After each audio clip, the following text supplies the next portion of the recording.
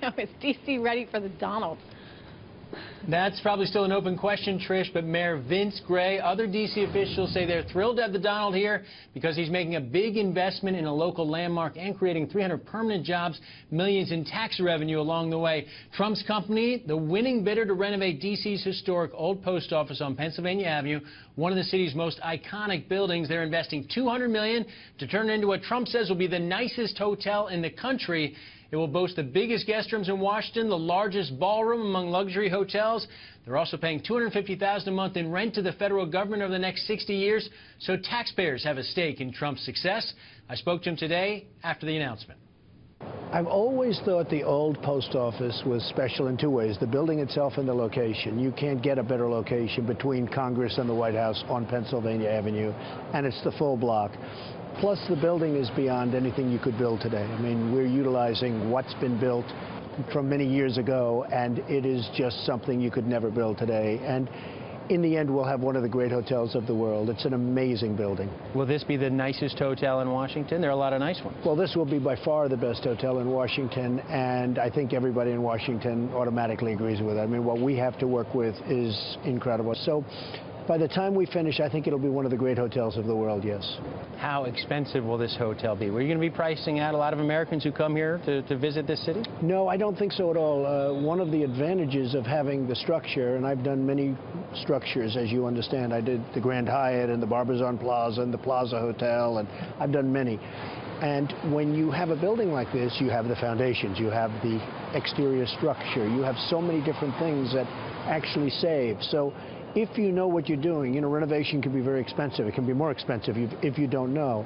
And if you do know, you can really save something and you can get a better building.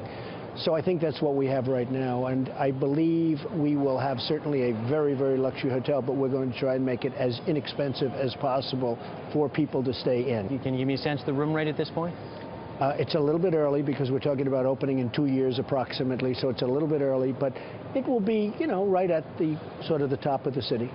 So I'm a local guy here, got some friends in the development business here in D.C. They welcome your arrival, but they do sort of scratch their head at the numbers here. They're not sure you can make this work. They say this is not New York. One of the reasons that we were chosen was we have a very strong balance sheet. We have one of the strongest balance sheets in the industry, and I think that was a very important element. You know, we had to show the balance sheet, show the cash, show the assets, show everything. And I think the balance sheet was one, and I also think that the vision was the other. And whether it works in 2 years, ultimately it's going to work great.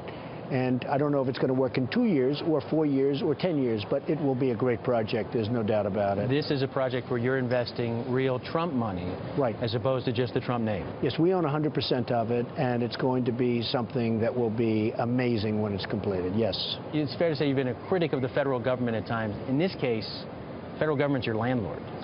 Well, I've dealt now for a couple of years with the GSA, and I cannot be more impressed. They have been so dedicated, so professional. They really understand assets, and they understand this asset. And I just can't be more impressed with people. You've got a neighbor down the street, President Obama, sharing Pennsylvania Avenue with you. Was that something you look forward to? Is that an appeal for you to raise your profile here in Washington? Well, I do look forward to it. I mean, look, this is a location like no other.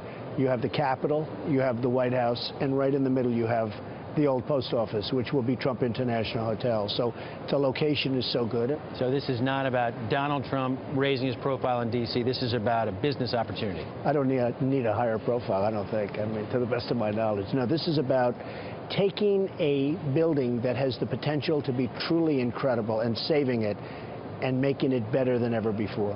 Absolutely. Are you going to invite President Obama to the opening? Oh, he'd always be invited. I'd love to be. I'd be honored. We'll see if the president accepts that invitation. Now, Trump says they want to start work right away, completion in late 2015. He's going to face some challenges, Trish, here in Washington. Again, some local developers not sure the numbers are going to add up for him.